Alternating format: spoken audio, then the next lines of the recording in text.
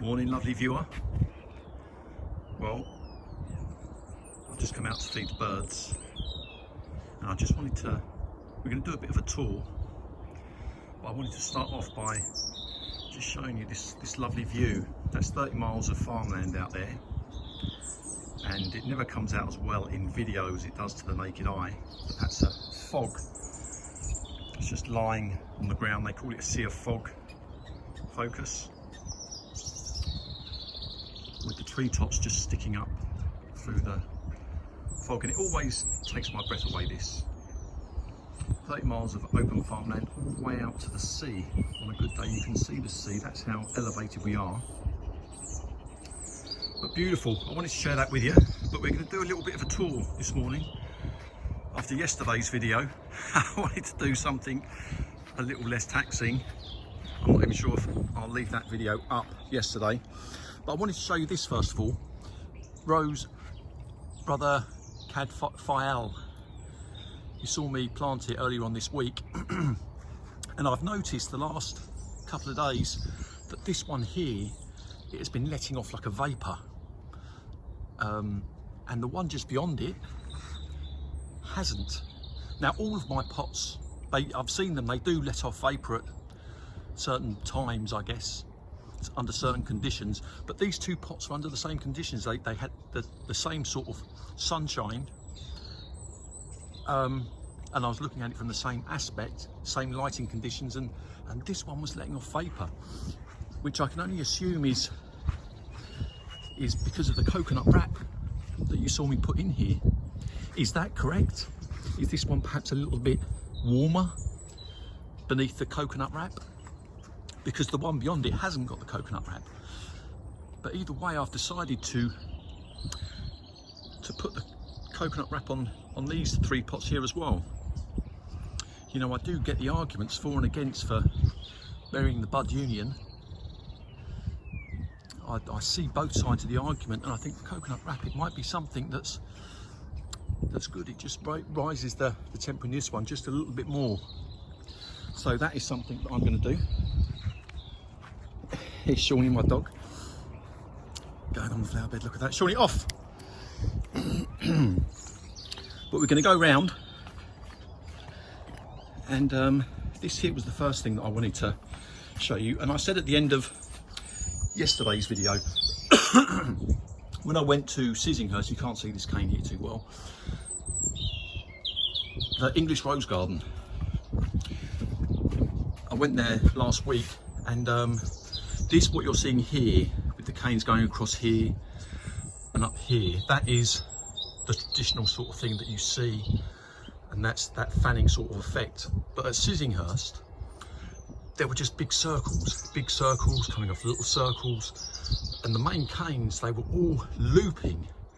Circles coming off circles, big circles, little circles. The main canes, it was all like 360 degrees or over or near circles to cover the aspect of a wall, and that was a surprise for me. I was expecting to see these long straight lines, but I didn't see hardly any long straight lines like this. All circles. So that's something that opened my eyes. And like I say, it's a rose garden, been there hundreds of years. Expert rosarians, they take care of them. I haven't pruned any of my roses as yet. I had a new set of succateurs arrive a couple of days ago, so I'm looking forward to getting stuck into this. But this is new. This is a baseless pot. It is Rose Leonardo da Vinci. It's in a baseless pot because the pot is also acting as a bit of a soil retainer. We're on a bit of a slope here, and I wanted to try and plug that gap, and I thought a baseless pot would be perfect for it. Now there is a colour palette that people go off. Snow Princess here, a brilliant white. Then we've got this bright pink here of Leonardo da Vinci. We'll have blue from the lavender, albeit that lavender is going to get replaced. And then we've got the scarlet red of Rose Amadeus. Now, that might be a bit too much on the colour palette. I've got no idea what it will say. It might be that it's too much, and if it is, will move Leonardo da Vinci. But the reason why I planted it there, what threw it for me was I've read that on a few occasions that this is a rose that can handle the wet weather a little bit better. I've read it a few times, and for me here that is important because we know that Snow Princess is rain repellent, and we know that Rose Amadeus is rain repellent. So that is what threw it for me. I have started to train this Rose Amadeus. Unfortunately, I didn't have any of the white, the black tie wraps. You wouldn't see that in an English rose garden. But that's all I had at the time. This I'm trying to grow up here, but like I say, I haven't pruned anything as yet. This I've done some work on. Again, that is something you wouldn't see in a proper English rose garden. You wouldn't see anything like that. Everything that I saw there was, all of the stakes were chestnut or hazelnut, and it would be one stake per rose, and then all of the stems would be tied in to that one stake. And I'll be honest, the rose bushes that I saw, I was expecting to see something more like that. And considering they've been recently pruned, the roses, they were all more central. You know, they talk about airflow in the middle. That is what I was expecting, but I saw something. These roses, they were definitely more upright, and they'd just been pruned. I have planted another Gertrude Jekyll here. So now we've got two Gertrude Jekylls. I know you can't see them too well. I have started to train both of them, but I haven't pruned them yet, so we're probably going to lose some of this. But I know you're not going to be able to see these canes too well, but we're going to lose some growth here going up that side. We've got some canes going out there. Now this one here, I do appreciate it's a bit close to this winter jasmine. I'll have to be very careful when I prune that in future. But we have pruned this back hard, this winter jasmine. We hit one side of it hard last year, and it did grow back perfect. So this year we haven't messed about. It was coming out to about here. We've cut it all the way back in and cut it way back that way. Birds, they nest in there in spring, so we had to time it right, and we didn't want to destroy their home completely. But at the same time, I mean, you've caught me in a state here. Look at this. In fact, I'll tell you why I've left this here. I've left it here because I've dug it. I've cut it all back, dug it. If my wife sees a bit of soil, bang, she will plant something straight away. So that is me trying to disguise that bit there. Now I have planted some roses here, and I've decided I'm not happy with it. When I planted them yesterday, I'm trying to avoid this, and I'm trying to get far enough away from that. And I was trying to juggle it around, and it's left it. Having seen it yesterday morning, I've had a change of heart, and I've decided to, this is what I've done yesterday, I've extended this flower bed out to give me more space, and I've come around this side here. So I'm gonna dig these up and replant them. But we've got two fragrant clouds there, a Eustacia Vi in the middle, and the two Gertrude Jekylls.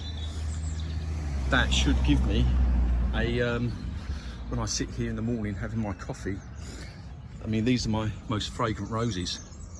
Probably the fragrant clouds and the Gertrude Jekylls, definitely my most fragrant roses. This here, I've tied it back on next door's house. But this here needs a good prune as well.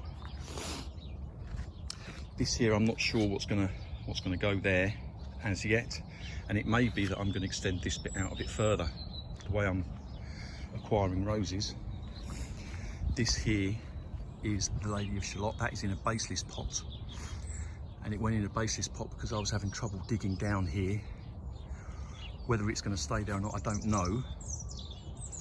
I did think about planting it here. That would be the obvious place, but I didn't want to. My neighbour, she sits there, and I think these roses can grow quite big. I didn't want anything obscuring her view.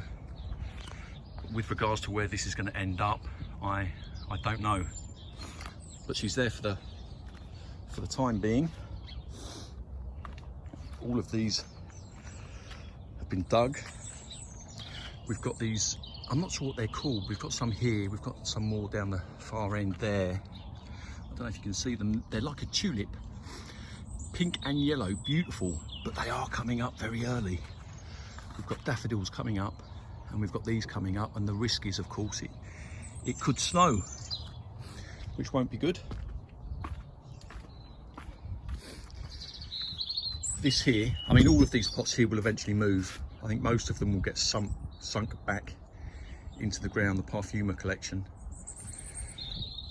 But this here, I had to plant it. It's Cinderella Fairy Tale, lovely pink colour rose. Doesn't perform too well in the rain, I hear, and that's what I saw last year from it as well. This here I've planted. This is Eden Rose 88. That is in a baseless pot. We have got some bulbs around the front here. So I've elevated it just a little bit, but I'm hoping that will grow well. That lovely pink and white growing across here. And Rose Laguna at the back there. Obviously I still need to do some digging, get rid of these things here. But we've got a fair amount of bulbs, especially around the front. So we'll see how we get on with that. But look at that, nearly 12 minutes. Yeah, I wanted to, in fact I'll leave you with the view, I think. I wanted to put another video up, especially after yesterday's video, something just a lot less taxing. It's a beautiful morning, though it is very cold, and I'm stood here in my pyjamas. But even though it's cold, you know, there's something in the air. There's something in the air. Spring, it is approaching. I'm working hard to try and get things ready. There's still many things that I need to do, but there's a little bit of excitement. Things are starting to happen. Right, lovely view, it's Monday morning. I hope you have a lovely day.